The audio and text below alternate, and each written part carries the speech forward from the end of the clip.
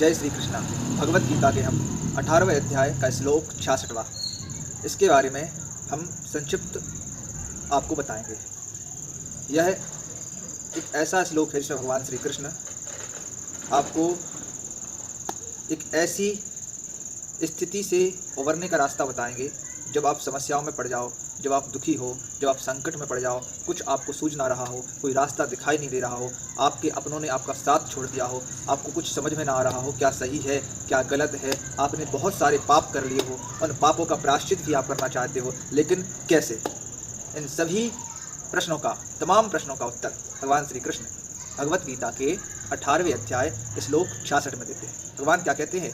सर्वधर्मान् परित्यज्य मामेकं शरणं व्रज अहं त्वां सर्वपापेभ्यो मोक्षयिष्यामि मा शुचः। भगवान श्री कृष्ण कहते हैं कि हे अर्जुन, समस्त धर्मों को त्याग कर।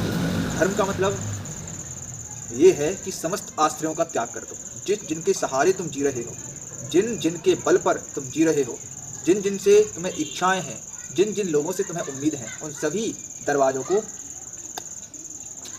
सभी दरवाज़ों से बाहर निकल आओ, क्योंकि वो तुम्हें आश्रय नहीं दे पाएंगे। सभी आश्रयों, सभी धर्मों का त्याग करके तू कहीं मत भटक, तू कहीं मत जा, तू किसी का आश्रय मत ले, तू एक काम कर, मेरी शरण में आ जा।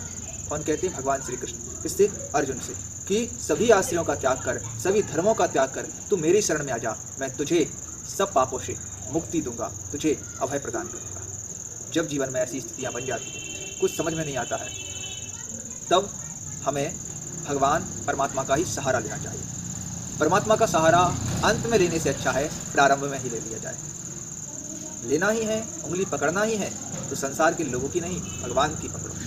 एक महापुरुष बहुत अच्छी बात कहते हैं, वो कहते हैं कि बाहर से संसारी रहो, लेकिन अंदर से सन्यासी रहो। इसलिए बाहरी जो लोग आपको दिखाई दे रहे हैं, वो आपके बड़े हितैषी हो सकते हैं, आपके शुभचिंतक हो सकते हैं, इसलिए उनका कहीं ना कहीं किसी न किसी वस्तु को लेकर, किसी न किसी विषय को लेकर स्वार्थ छिपा है। इसलिए अगर तुझे निस्वार्थ प्रेम चाहिए तो भगवान के पास जा, भगवान की शरण पकड़, वहाँ तुझे आनंद ही आनंद मिलेगा, सुख ही सुख मिलेगा, परम शांति मिलेगी। जय श्री कृष्ण।